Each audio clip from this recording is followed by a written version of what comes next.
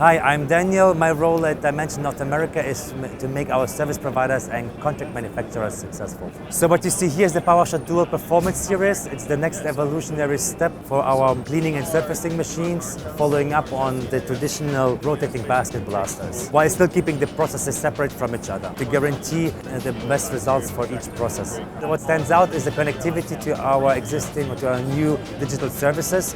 So this way the operator has the option to monitor the status of the machine in real time, either through a cloud, or he can connect all the data output to his existing ERP system. And so the major benefits also with this machine compared to our traditional blasters is the automation in mind.